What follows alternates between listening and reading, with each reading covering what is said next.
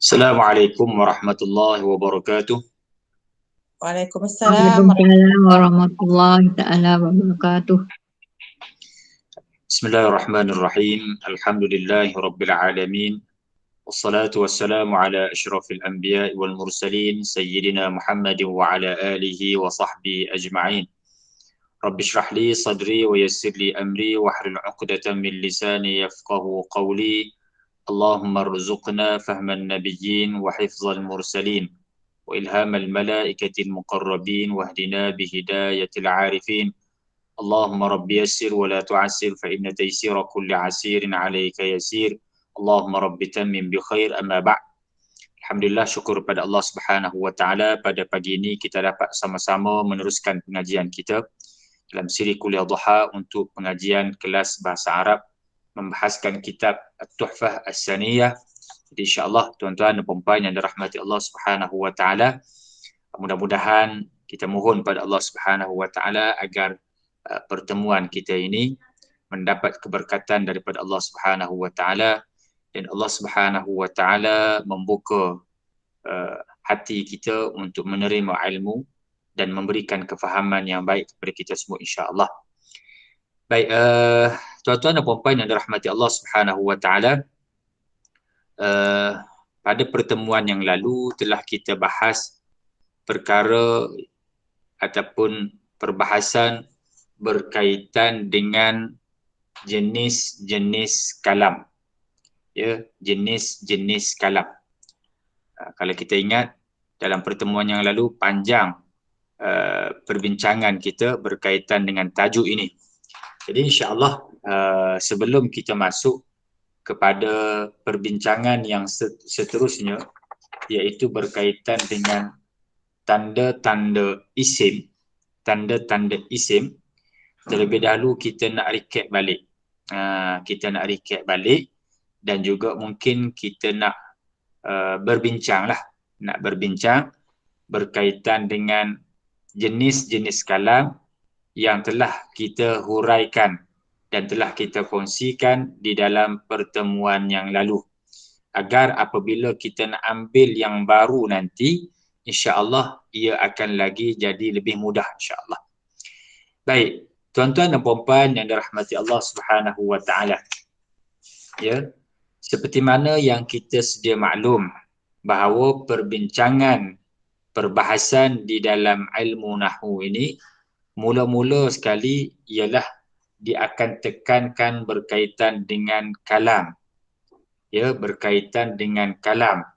Seperti mana yang kita tengok di dalam matan Jurumiyah disebut al-kalamu huwa al-lafzu al-murakkabu al-mufidu bil wad'i. Ya, kalam itu ialah kalam yang merupakan lafaz yang tersusun, yang memberi faedah, dan juga merupakan perkataan yang diguna pakai, yang disusun oleh orang Arab. Jadi ini ta'rifan bagi kalam. Kemudian pada pengajian yang lepas telah kita hurai secara terperinci dan panjang lebar berkaitan dengan pembahagian kalam.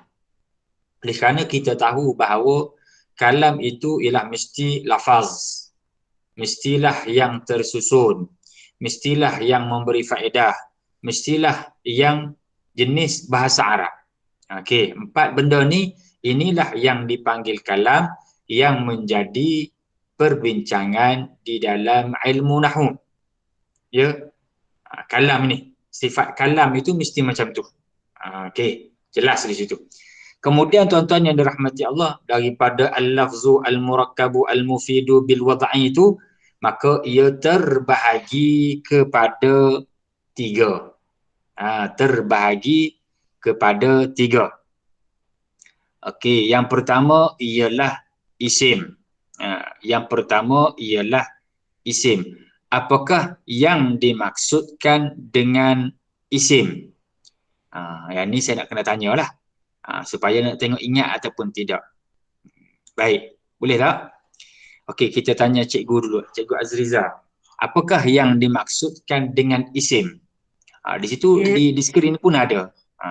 Apa maksud isim? Ustaz.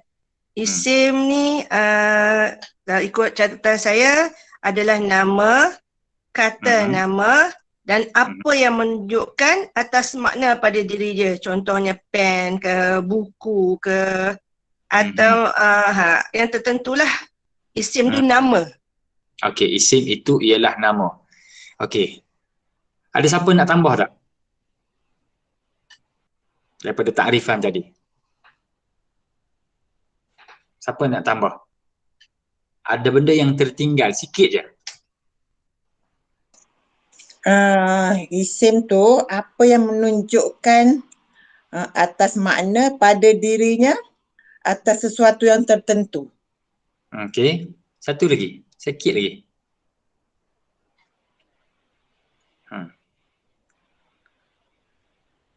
Yang terbahagi pada Ustaz, yang terbahagi pada 4 tu ke? Tak. Bukan. Nama benda, nama tempat. Bizaman. Apa Ustaz? Tidak berkaitan dengan masa ya Ustaz. Apa yang berkaitan dengan masa.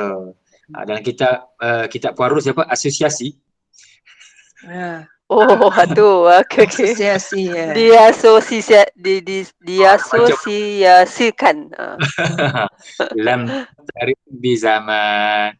Yang tidak ada masa. Tidak berkaitan dengan masa. Kita sebut nama. Pen, buku, kan meja, kerusi. Dia tidak menunjukkan sebarang masa. Okey, dia cerita tentang diri dia dan juga dia tidak ada kaitan dengan masa. Baik, selesai satu. Okey, yang kedua yang kita hurai dan juga kita bincang di dalam pertemuan yang lalu ialah fi'il. Ya. Fi'il. Apakah yang dimaksudkan dengan fi'il? Silakan. Siapa nak bagi?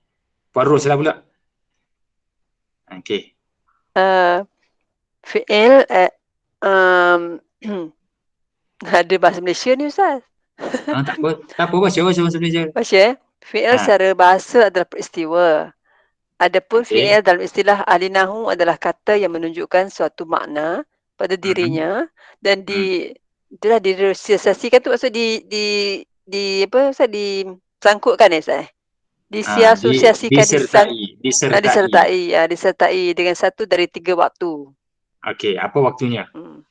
Waktu dia ialah waktu madi, lampau, sekarang dan mustaqbal akan datang.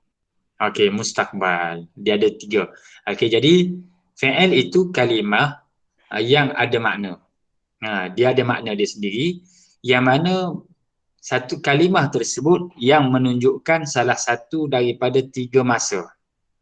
Okey, kalimah yang ada makna dia yang mana ia menunjukkan salah satu daripada 3 masa berlakunya perkataan tersebut. Contohnya ialah sebelum bercakap, qabla takallum, sebelum kita bercakap. Contohnya fi'il madhi dipanggil dengan kataba, yang telah lalu, telah menulis. Hal, waktu sekarang. Al-hadir, yaktubu, sedang menulis, sedang belajar. Istiqbal, masa akan datang, iaitu ba'da takallum, selepas kita bercakap. Contohnya uktub, tulislah. Perkataan tulislah itu berlaku bila? Perkataan berlaku dulu, perbuatan berlaku selepas tulis. Jadi tuan-tuan yang dirahmati Allah, ini jenis-jenis kalam yang kedua. Satu isim, yang keduanya fi'il, yang ketiganya huruf. Huruf ni apa dia? Kalimah. Satu kalimah yang baginya itu ada makna. Fi ghairiha. Dengan cara dia mesti kena tumpang orang lain sekali. Dia tak boleh duduk sekali seorang-seorang, dia tak boleh.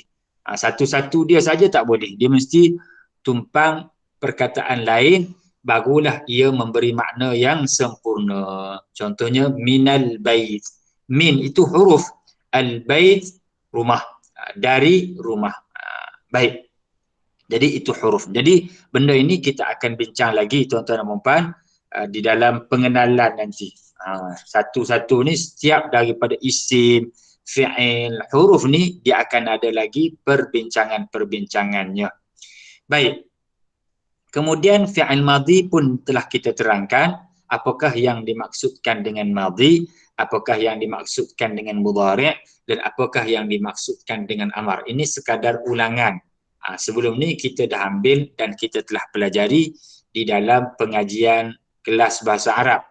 Yang beberapa siri itu yang sempat kita sentuh madhi, kita sentuh mudhari', kita sentuh amar dan sebagainya telah kita terangkan di dalam pertemuan yang lalu. Baik. Tuan-tuan dan puan-puan yang dirahmati Allah Subhanahu wa taala. Kita nak masuk di dalam kitab.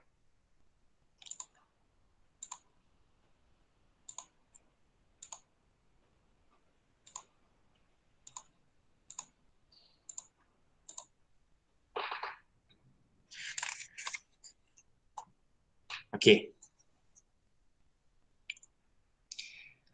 Qala al-musannif rahimahullah, alamatul isim. Tanda-tanda isim, alamat. Dia alamat ni kalau kita ingat dulu kita belajar isim mufrad, jamak taksir, jamak muannas salim, kan jamak muzakkar salim. Alamat ini jamak apa? Jamak muannas salim. Jamak muannas salim. Apa tanda dia? Alif dan ta. Alhamdulillah, ingat lagi. Ini mengaji banyak ni. Alamat. Asal perkataannya apa dia? Asal perkataan alamat. Alamatun. Jadi alamat. Tanda-tanda. Kita guna tak perkataan alamat dalam bahasa kita? Guna. Alamat. Kan? Alamat. Alamat tu maksudnya asal bahasa Arabnya tanda lah. Tanda-tanda isim. Tanda rumah kita apa dia? Tanda rumah kita nombor sekian-sekian, tingkat sekian, jalan sekian, dekat dengan sekian, poskod sekian. Tu tanda rumah kita lah tu semua tu. Kan? Itu dipanggil dengan tanda ataupun alamat al-isim. Okey, alamatul isim, tanda-tanda isim. Okey, baik. Yang bahagian atas ni bila disebut qal, maksudnya apa dia? Ini bermaksud perkataan daripada matan kitab Al-Jurumiyah. Matan Al-Jurumiyah. Matan Al-Jurumiyah. Matan Jurumiyah, yang ni pengarang dia. Yang ni bila sebut wa aqul, ini ialah Syekh Muhammad Mahyuddin, pengarang kitab Tuhfah As-Saniyah yang kita belajar sekarang. Maknanya yang atas ini ialah matan asal. Yang ni syarah kepada yang di atas. Bila sebut aqul, dia mensyarahkan apa yang ada di bahagian atas ini. Cuma dalam kitab ni dia tidak ada warna. Dalam kitab saya kita ada warna. Seperti mana yang saya sebutlah. Sebenarnya contohnya macam ni kan. Kitab saya nak tunjuk sini. Dia ada warna. Satu merah, satu hitam. Jadi dia ada perbezaan. Dia buat sedikit perbezaan. Tak apalah. Baik. Qal fal ismu yu'rafu. Kalau tuan-tuan dan puan-puan nak pakar ataupun nak mahirkan diri di dalam nahwu, nak boleh mengajar nahwu, paling-paling tidak kita kena hafal lah yang atas ni. Jurumiyah ni kena hafal. Fal ismu yu'rafu bil khafdi wat tanwini wa dukhul alif wal lam wa hurufil khafdi wa hiya min wa ila wa an wa ala wa fi wa rubba wal ba wal kaf wal lam wa huruful qasami wa hiya al waw wal ba wat ta. Yang ni biasanya kalau budak-budak pondok dia akan hafal, bukan sekadar ini, dia akan hafal pula alfiyah. Kalamuna lafzun mufidu kastaqim wasmun wa fi'lu summa harfunil kalim wahiduhu wa kalimatun wa qawlu. Yang ni ialah Alfiyah Ibn Malik. Yang ni yang kita belajar hari ini ialah matan Al-Jurumiyah. Dia bukan berbentuk syair seperti mana Alfiyah. Jadi tuan-tuan dan puan-puan yang dirahmati Allah, Maka kata musannif rahimahullah, pengarang asal ataupun pengarang kitab Jurumiyah, dia kata fal ismu, maka isim itu yu'rafu, dikenali. Isim itu dikenali bil khafdi, dengan khafad. Apa khafad nanti dia akan terangkan. Tengok dalam matan asal dia tak terangkan apa itu khafad. Wat tanwini, dan tanwin. Apa itu tanwin? Kita tak kenal apa itu tanwin. Kita jangan bayangkan bahawa oh tanwin aku tahu dah. Kita kena baca kitab ni, kitab asal ni seolah-olah kita tak kenal apa itu khafad, apa itu tanwin. Isim kita dah kenal, khafad kita tak kenal lagi, tanwin kita tak kenal lagi. Wa dukhulil alif wal lam, dan masuk padanya itu alif dan juga lam. Masuk ni masuk macam mana? Masuk di tengah ke, masuk di akhir ke, masuk di awal? Kita tak kenal lagi. Nanti dia akan terangkan. Wa hurufil khafdi, dan huruf-huruf khafad. Apa huruf-huruf khafad? Khafad itu apa dia? Huruf kita tahu. Khafad itu apa dia pula? Wahiyah, dan ia adalah huruf-huruf khafad itu min. Ni tanda. Huruf khafad ni kita kena hafal. Huruf khafad ni kita kena hafal. Min, ila, an, ala, fi, rubba, ba, huruf kaf, dan juga huruf lam. Dan begitu juga termasuk daripada huruf khafad itu wa huruful qasami. Dan juga termasuk daripada huruf khafad itu ialah al-waw. Huruf waw, huruf ba, dan juga huruf ta. Baik. Jadi kalau kita tengok di sini tuan-tuan dan puan, simple. Kita nak kenal isim itu, kalau boleh faham yang atas ni, Jurumiyah ni, insya-Allah senang. Tapi kita tak faham apakah yang dimaksudkan nak kenal isim itu dengan khafad, dengan tanwin, dengan masuknya alif lam dan sebagainya ni. Macam mana kita nak tahu ni? Adakah dengan hanya sekadar masuk benda ni, ataupun mesti masuk semua sekali barulah boleh digelar sebagai isim, ataupun bagaimana? Kan isim seperti mana yang diterangkan tadi, isim itu ialah sesuatu kalimah yang menunjukkan makna atas diri dia, dan ia tidak berkait dengan masa. Lam tahtarin bi zaman, tidak ada kaitan dengan masa. Contohnya pen, ataupun di dalam bahasa Arab disebut qalamun. Bila kita sebut qalamun, kan kita tahulah ia adalah pen dalam bahasa Melayu kita, tetapi itu bukan menjadi perbincangan kita. Perbincangan kita ialah adakah ia isim ataupun bukan isim. Adakah ia ini isim ataupun bukan isim. Sebab apa? Sebab kita belajar sekarang ni ialah kita belajar nahwu. Kita belajar nahwu. Bila kita sebut isim, maka dia di sana akan ada hukum-hukum isim dia. Dia akan ada hukum-hukum isimnya. Makna kita tahu, makna kalimat pen, buku, kan, cawan, kertas, ini semua isim. Sebab apa? Sebab perkataan kertas sebagai contoh, ya, dia menunjukkan makna atas benda yang itu, dan dia tidak ada masa di situ. Bukan ada sebut sekarang, sebelum dan sebagainya. Tidak ada kaitan dengan masa. Kita sebut nama orang, Muhammad, Abu Bakar, Umar, Osman, Ali, Fatimah, Ruqayyah dan sebagainya. Ini nama. Bila nama, dia tidak ada kaitan dengan masa. Berbeza dengan fi'il. Fi'il dia ada masa. Menulis, apa menulis? Bila dia tulis, dia akan boleh tanya. Bila dia tulis, baru tulis, lepas tulis, sebelum ni dan sebagainya. Itu ialah fi'il. Sekarang ni ialah perbahasan berkaitan dengan isim. Okey, baik. Perhatikan yang di bawah ni. Kita akan ambil, insya-Allah hari ni kita akan ambil dua. Kita ambil panjang-panjang sangat, kita akan ambil dua sahaja dulu. InsyaAllah. Dia ada 4 tanda. Maka yang pertama, wa aqul.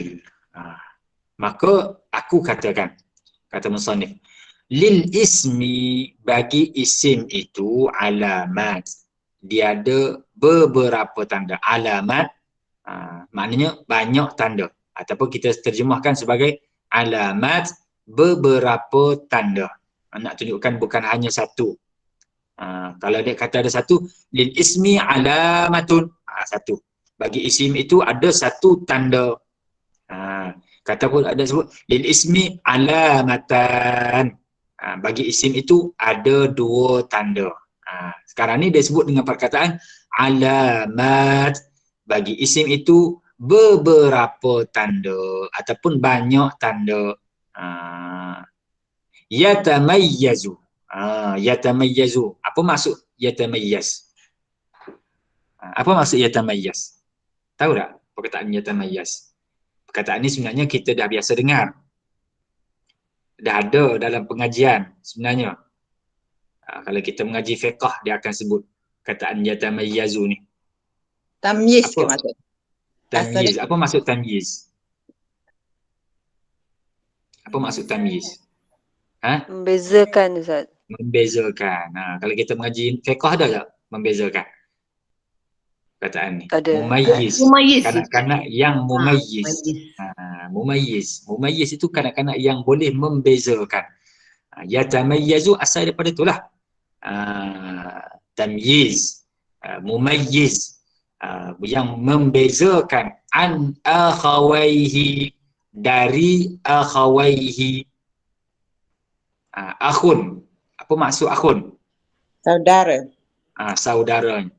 Dua orang akhun akhawai. Dua orang saudaranya. Dua saudaranya. Saudara siapa? Saudara isim. Maknanya alamat-alamat itu yang membezakan. Bagi isim itu ada alamat-alamat, tanda-tanda yang membezakan dari dua saudaranya. Siapa dua saudaranya? Fi'il dan juga harf. Biwujudi, dengan wujudnya. Wahidatin, satu, minha, darinya. Maknanya ada satu pun sudah cukup. Tak semestinya nak kata isim itu mesti semua alamat tadi ada. Kita sebut dia ada 4 tanda. Kan? Kita sebut dia ada 4 tanda. 4 tanda. Kan? Tapi adakah mesti 4 tanda tersebut? Tak. Cukup dengan satu sahaja pun sudah boleh digelar sebagai isim. Au qabuluha, ataupun dia terima alamat tersebut. Dia terima alamat tersebut. Baik. Waqad zakara, dan sesungguhnya telah menyebutkan, zakara, rahimahullah. Siapa dia ni? Pengarang Jurumiyah.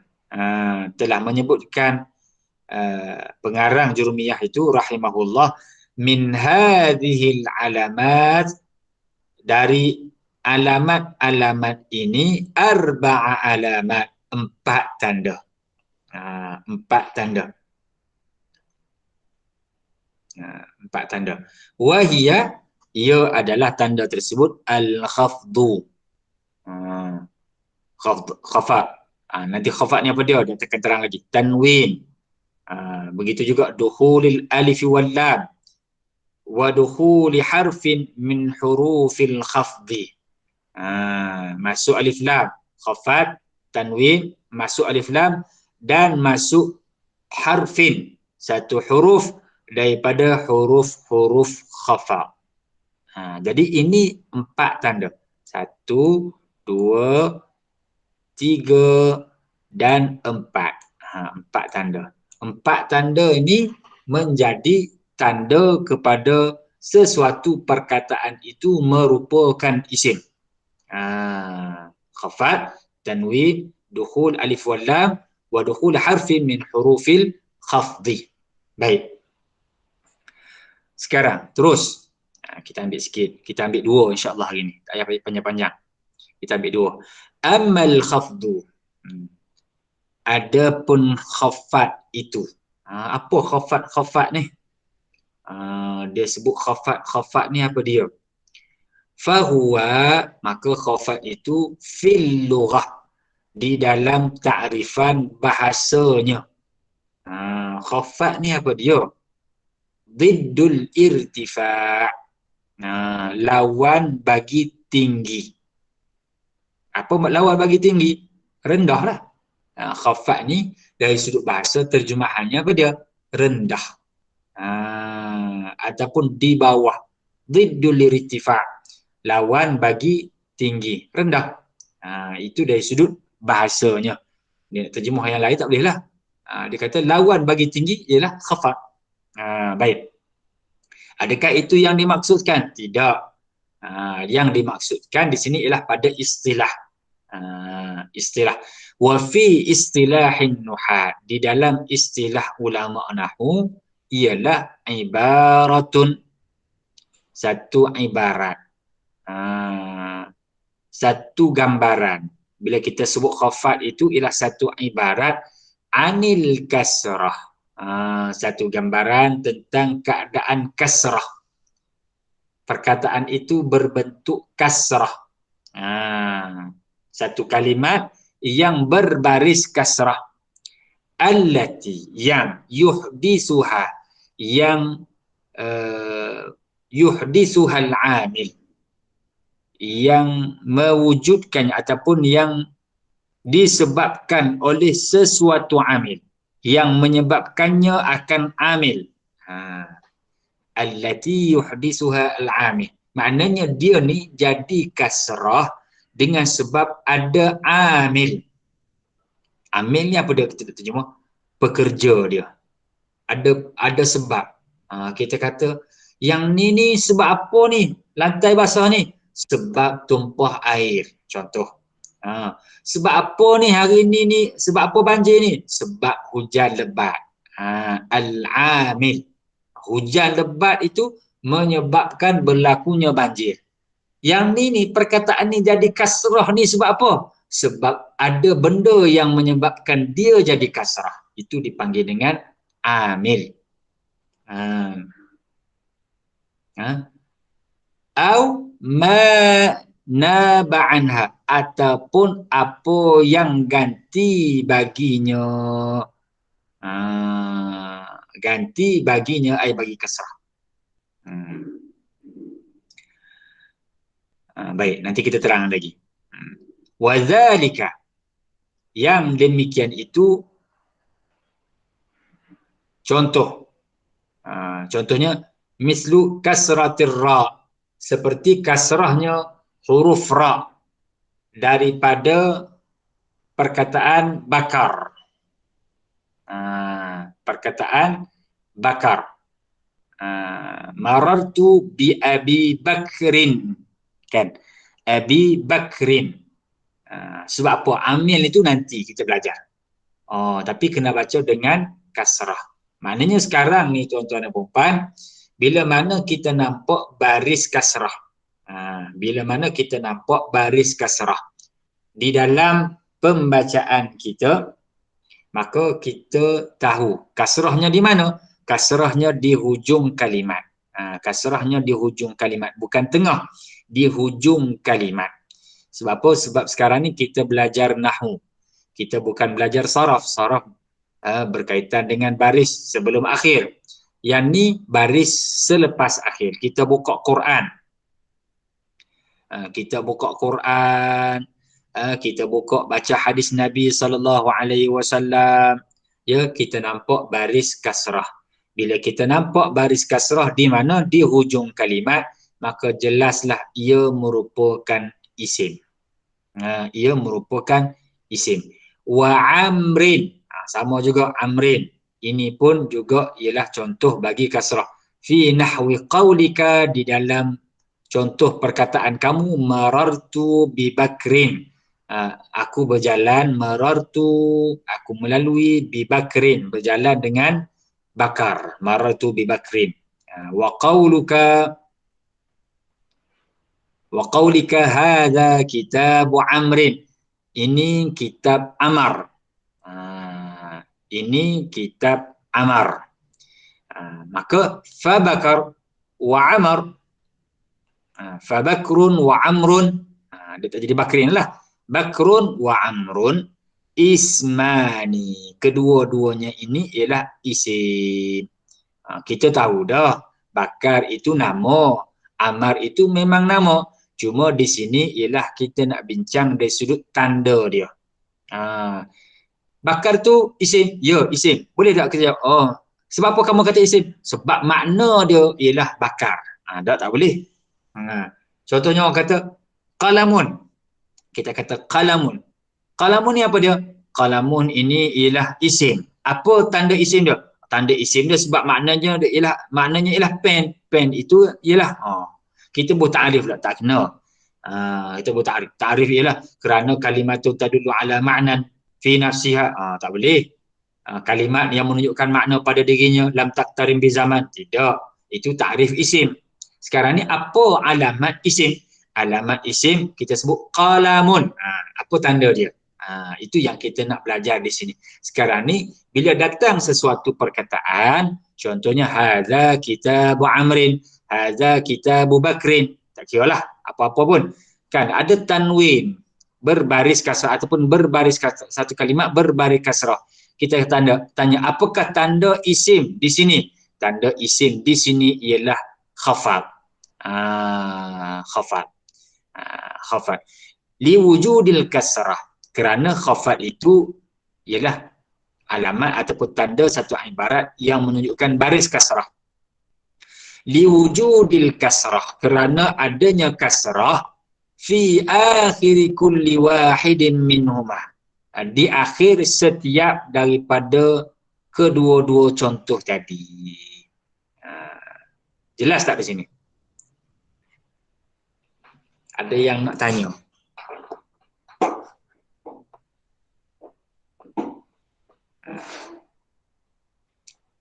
Ada yang nak tanya tak?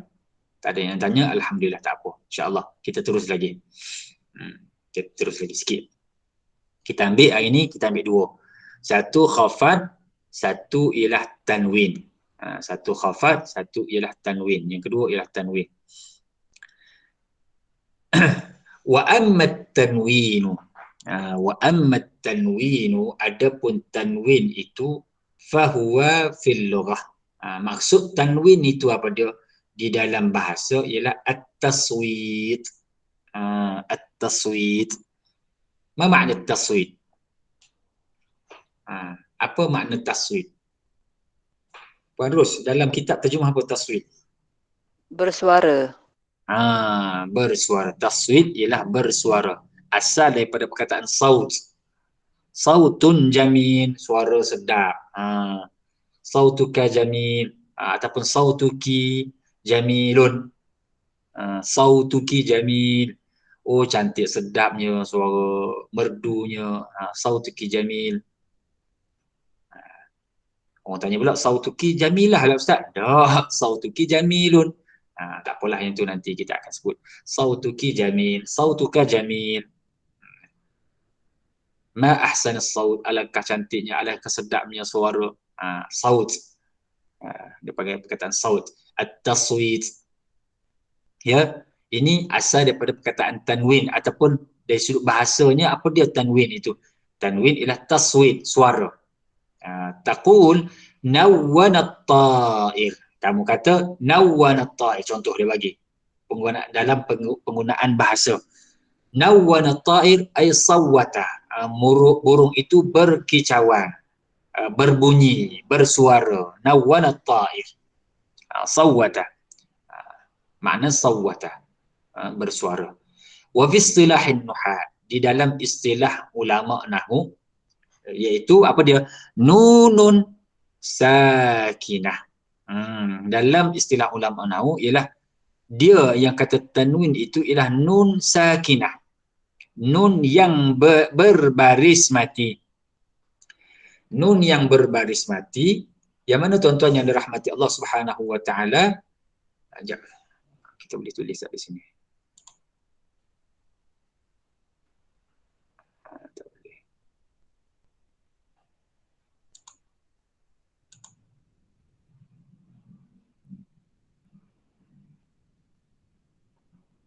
Okey, try. Nun yang berbaris mati. Nun yang berbaris mati ni tatba'u akhiral ismi lafzan. Yang mana nun yang berbaris mati. Okey, ni dikira ataupun bentuk asal dia. Okey. Nun yang berbaris mati yang mengikuti akhir isim secara lafaz. Okey, secara lafaz macam contohnya kita sebut qalamun. Qalamun. Dari sudut lafaznya tuan-tuan, seolah-olah di akhir kalimat tadi ada apa? Ada nun yang berbaris mati. Qalamun. Kan seolah-olah macam ni. Seolah-olah macam ni. Saya sebut qaf. Oh ni tak boleh Ni tak boleh. Sekejap.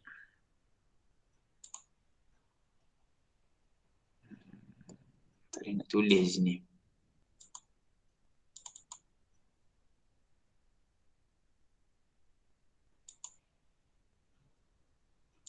Tak boleh. Qalamun. Saya kena buat tutup sekejap.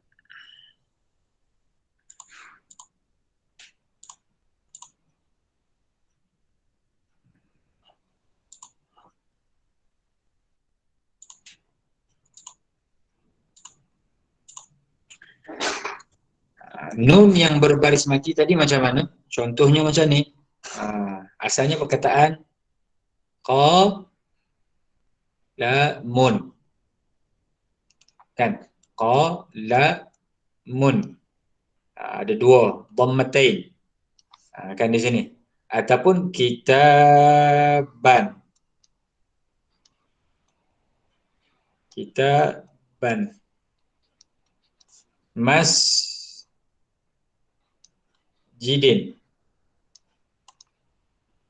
Contoh. Kita kata masjidin. Dari sudut pembacaan, seolah-olah di akhirnya ada nun sakinah. Nun yang berbaris mati. Seolah-olah macam ni.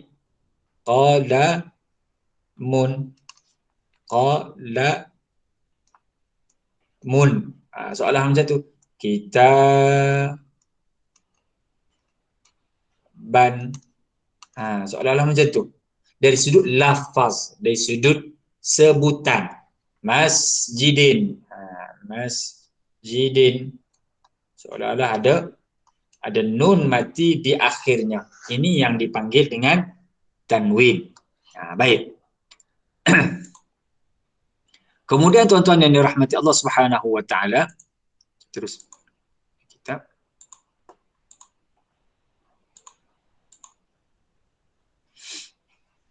wa tufarikuhu khattan. Dan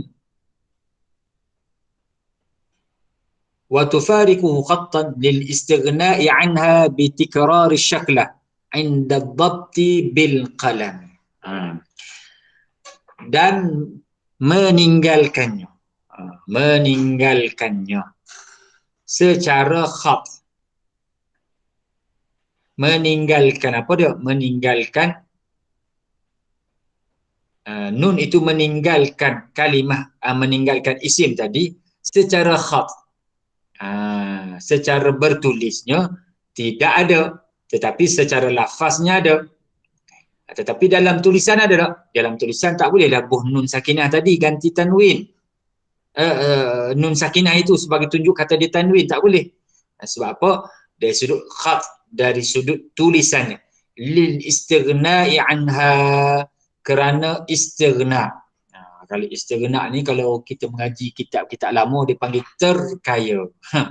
Istighna'i anha, tidak berhajatnya kepada, tidak perlu kepadanya, bitikrar syaklah, dengan mengulang-ulang baris, inda dhabti bil qalam, ketika mana kita tulis dengan pen. Contohnya macam mana? Contohnya perkataan Muhammad di sini. Kan tak perlulah kita kena tulis huruf dal kemudian huruf nun. Jadi dia gantikan nun sakinah tadi dengan cara macam mana? Dengan ditambah satu baris. Buang nun dan ganti dengan baris satu Yang tu yang jadi dhammatain, fathatain, kasratain. Baris yang satu lagi tu tambah ialah ganti bagi nun yang sakinah tadi.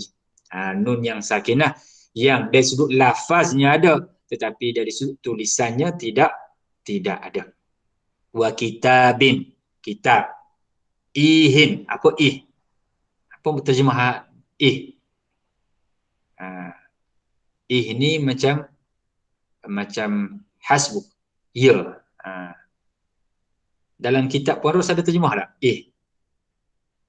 Tak ada. Ih tak ada Sah. Tak ada. Sah ni uskut. Sah. Kita kata budak sah. Kadang-kadang kita bersama lagi kan. Syarat panggil sah. Uskut. Muslimatin. Fatimatin. Ni tanwin semua ni. Hina idin. Dia tak semesti kasrah saja. Tun pun boleh. Kan. Sa'ata idin. Hina izin ketika itu. Sa'ata izin waktu itu. Fahadhihi saat itu. Fahadhihil kalimat, maka semua kalimat-kalimat ini kulluha asma, semuanya adalah isim. Semuanya adalah isim. Bidalilin, dengan dalil, dengan bukti wujudit tanwin, adanya tanwin. Di mana? Fi akhir kulli kalimatin minha, adanya tanwin di akhir setiap kalimahnya. Kalimatin minha, kalimahnya. Ini semua merupakan isim. Ni dalam ni pun nunun, isim. Sakinatun, isim. Lafzan, isim. Sebab apa? Ada tanwin di dalam kalimat-kalimat tersebut. Kita buka mana-mana perkataan, tadi kita dah kenal. Setiap kalimat yang akhirnya kasrah. Okey. Akhir kalimat itu kasrah, maka ia adalah isim. Satu.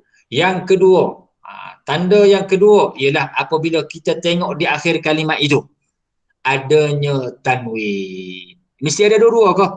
Kasrah kena ada, tanwin kena ada, tak. Salah satu pun sudah cukup. Baik. Jadi sekarang kita berkenalan dengan dua tanda isim. Dua tanda isim. Satu kasrah, yang keduanya ialah tanwin. Baik. Okey.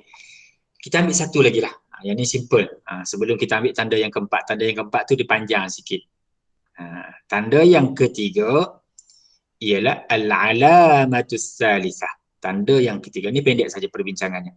Tanda yang ketiga min alamatil isim, daripada tanda-tanda isim itu ialah dukhul. Apa dia dukhul? Masuk. Dipanggil alif wal lam fi awalil kalimah, di awal kalimat. Bila mana di awal kalimat sesuatu perkataan itu ada alif dan juga lam. Contoh nahwu ar-rajul wal ghulam wal faras wal kitab wal bait wal madrasah. Fahadhil kalimat kulluha asma' lidukhulil alif wal lam fi awwaliha. Okey. Jadi kalimat, mana-mana kalimat yang masuk padanya itu, yang boleh masuk ataupun yang masuk padanya itu alif dan juga lam. Di mana? Di awal kalimat. Tadi semua ni yang tadi kita bincang tanwin, kita bincang berkaitan dengan kasrah, itu semua di akhir kalimat. Sekarang ni tanda di awal kalimat pula. Apa tanda di awal kalimat? Adanya alif dan juga lam. Adanya alif dan juga lam di dalam kalimat tersebut, di awal kalimat tersebut. Contohnya ar-rajulu. Ar-rajulu. Ada kita baca-baca, ada alif lam di awal kalimat tersebut. Ar-rajulu. Al-ghulamu. Rajul, laki. Ghulam, budak. Al-faras, kuda. Wal-farasu, wal-kitabu, kitab. Al-bait, wal-madrasah, ni semua dah maklum. Fahadhihil kalimat.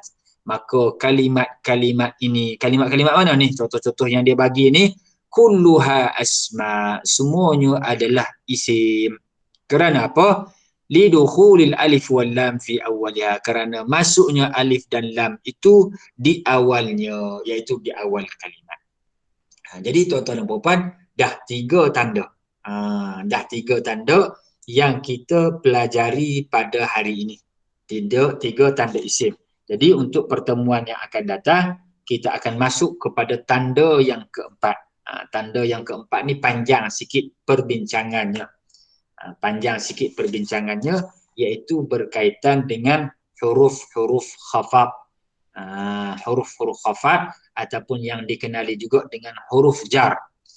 Jadi huruf-huruf ini juga menjadi tanda kepada isim. Apakah huruf-huruf khafat itu? InsyaAllah dalam pertemuan akan datang kita akan sentuh.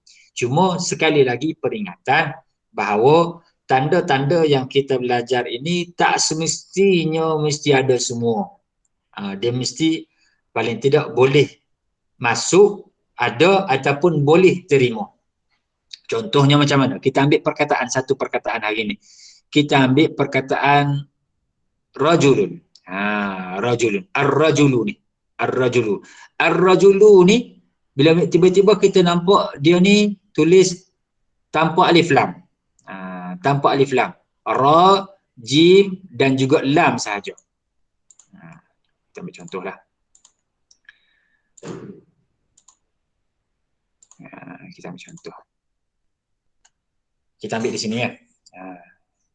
Contohnya kita tengok dalam satu ayat tu dia tulis ra, jim dan juga lam. Kan? Tadi kita baca ar-rajulu, tanda. Okey. Ar-rajulu pun isim. Isim juga sebab apa? Ada alif lam. Rajulun pun isim sebab apa? Sebab ada tanwin, boleh masuk tanwin. Ataupun rajulin, contohnya kan. Bi rajulin, rajulin ada kasrah. Contohnya ada kasrah ataupun dia ada dua ni. Satu tanwin, satu lagi kasrah. Jadi adakah boleh gabung semua ustaz tanda-tanda? Tak boleh gabung. Gabung tak boleh lah. Dia ada yang boleh bercantum, ada yang tak boleh bercantum. Contohnya yang tak boleh bercantum, contohnya apa dah? Alif lam dan juga tanwin, tak boleh. Alif lam ar-rajulun, tak boleh. Alif lam tak boleh masuk dengan kalimat yang ada tanwin. Ni tak apalah, ini untuk advance. Yang ni sebagai contoh lah. Jadi kita nak sebut kata dia tak semestinya ada semua tanda. Salah satu pun cukup ataupun dia boleh menerima tanda tersebut. Dia boleh menerima tanda tersebut dalam kalimat itu. Contohnya macam rajulun tadi, ataupun kita ambil perkataan lain. Kita ambil kitabun. Kitabun, tanwin. Boleh tak masuk alif lam? Boleh. Buang tanwin, masuk alif lam. Boleh. Ataupun kasrah boleh tak? Boleh terima tak? Kitabi? Boleh. Pun boleh je. Jadi tuan-tuan yang dirahmati Allah Subhanahu Wa Taala, jadi ini perbincangan untuk kita pada hari ini. Saya buka sekiranya kalau ada persoalan yang perlu untuk kita perjelaskan yang masih belum tak clear, ustaz laju sangat dan sebagainya, silakan. Kalau ada. Ustaz, Ya, silakan. apa yang Ustaz terang tu memang clear lah kan. Cumanya nak tahu sikit-sikit perkataan ni Ustaz ni yang apa tu? Tanwin tu kan? Yang baris nombor 2 tu.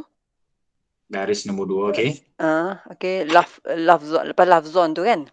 Wa tafarraqahu tu maksudnya meninggalkannya. Wa tufariquhu. Wa tufariquhu meninggalkannya. Yang khotta tu? Khattan ni dalam bentuk tulisan, khattan. Tulisan, okey. Khattan. Dalam kitab terjemah apa? Dia punya terjemah tak cantik. Dia tulis gini, dia macam cuba dia baca. kata dan yang membedakannya dari garis yang sudah ada adalah dengan mengulangi harakat ketika penulisan. Dia macam general gitu. Jadi satu biji tu saya tak faham lah kan. Yalah, tu agak susah. Untuk Boleh juga membezakannya tu. lil istighna tu Ustaz kata tidak berhajat kan tadi? Tidak berhajat kan? Tidak Lil berhajat. istighna. Lil istighna. Anha Istighna. kepadanya lah. Anha tu Darinya. kepadanya. Darinya. Okey. Bitakrir ni berulang Ustaz ni. Bitikrar syaklah, dengan mengulangi baris. Oh, darinya. Okey. Mengulangi, okey. Syaklah Syaklah. tu. Syaklah maksud? Dengan mengulangi baris. Contoh mengulangi baris ni kan, kalau baris kasrah kan, contohnya dhammah kan satu kan, tapi kita hilangkan nun tanwin, nun sakinah tadi dengan cara kita mengulangi baris. Kita tambah lagi satu baris. Iqrar syaklah, dengan mengulangi baris ketika inda dhabti bil qalami, ketika mana kita tulis. Dopti pun, dopti tu menulis. Bolehlah kita terjemahkan sebagai menulis dari situ. Dhabti bil qalami. Contohnya perkataan Muhammadun kita tambah. Kan? Apa Ustaz terang tu faham, faham Ustaz. Cuma nak ambil vocab sikit. Vocab sikit. Alhamdulillah, tak apa. Okey. Saya pun kadang-kadang nak tanya tadi lagi saya jelas lagi. Nak terangkan. Alhamdulillah. Terima kasih banyak. Okey, baik. Terima kasih. Sama. Jadi tuan-tuan dan puan-puan yang dirahmati Allah Subhanahu wa taala. Assalamualaikum warahmatullahi wabarakatuh. Boleh tak Ustaz ulang balik maksud tanwin pada ulama nahwu? Istilah tanwin tu. Boleh baca balik tak? Tadi laju sangat. Saya buka sikit saya buka balik.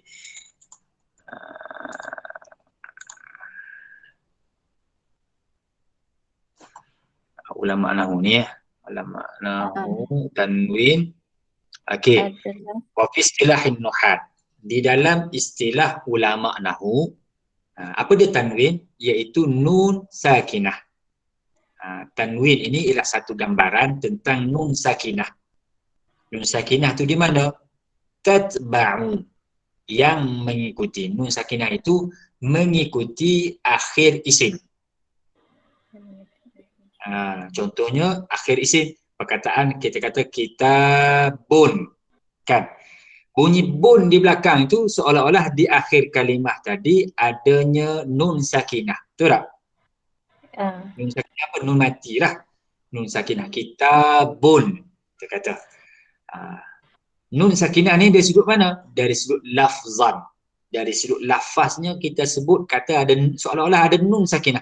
Kitabun, masjidun, qalamun kan, seolah-olah ada nun sakinah di akhir kalimat tersebut.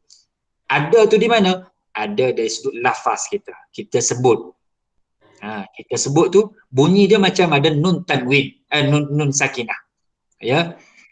Wa tufariquhu khattan, dan nun itu meninggalkan isim.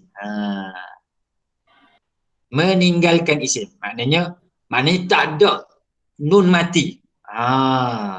Secara mana? Secara bertulis. Secara bertulis jangan tulis nun mati. Rajulun kita buat nun mati di belakang. Salah. Tak boleh. Sebab apa? Dalam tulisan. Dalam lafaz kita sebut. Ya, kita sebut nun mati. Seolah ada nun mati. Kitabun, rajulun, masjidun. Kan? Qalamun. Kan? Baik. Cuma dari sudut tulisan, nun mati itu tak ada.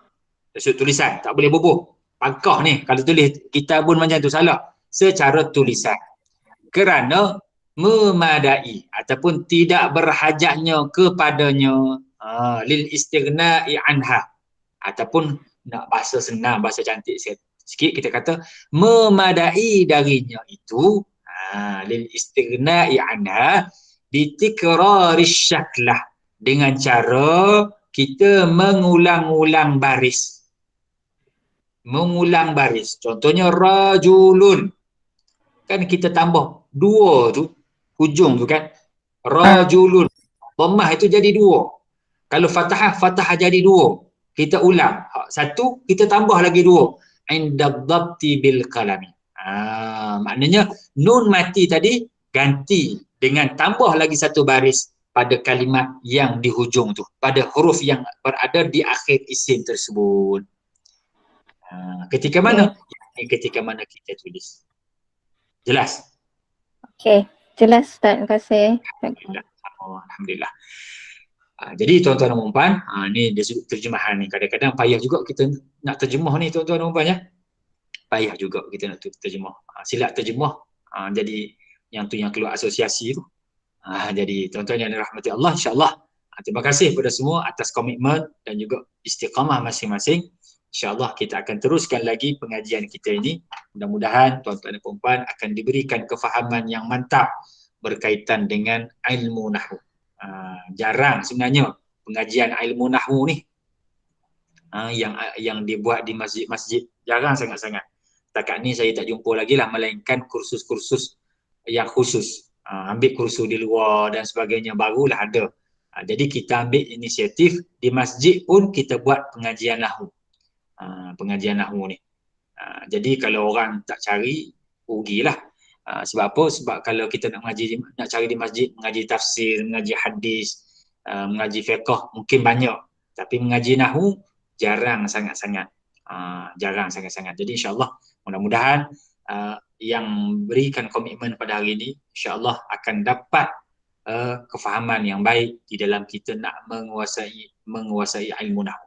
Ilmu nahwu ni kalau kita mengaji di mana-mana pun sekolah-sekolah agama, ini merupakan benda yang utama yang akan dipelajari. Sebab apa? Ia dikenali sebagai ilmu alat. Ilmu alat. Apa alat? Kita punya tools. Kan kita nak bertukang, kita mesti ada gergaji, kita mesti ada tukul, kita mesti ada alat-alat. Kita nak jadi pomen, mesti ada alat. Nak jadi seorang pakar baiki kereta, dia mesti ada alat. Apa alat dia? Dia mesti ada screwdriver, dia mesti ada spanner dan sebagainya. Itu alat. Maka kita nak faham agama, ya, di antara ilmu yang mesti kita pelajari ialah berkaitan dengan nahwu. Kita nak faham Al-Quran, nak faham hadis, dia mesti dengan nahwu. Jadi tuan-tuan yang dirahmati Allah Subhanahu Wa Taala, hanya sekadar ini dulu untuk perkongsian kita. Mudah-mudahan Allah Subhanahu Wa Taala merahmati dan memberikan istiqamah dalam diri kita untuk terus kita belajar insya-Allah. Yang baik itu daripada Allah Subhanahu Wa Taala, yang lemah itu daripada kedhaifan diri saya. Mohon maaf kalau ada kekurangan sepanjang perkongsian kita ini. Aqulu qauli hadza wa astaghfirullahal azim li wa lakum. Wassalamualaikum warahmatullahi wabarakatuh. Waalaikumsalam warahmatullahi wabarakatuh. Terima kasih Ustaz. Assalamualaikum.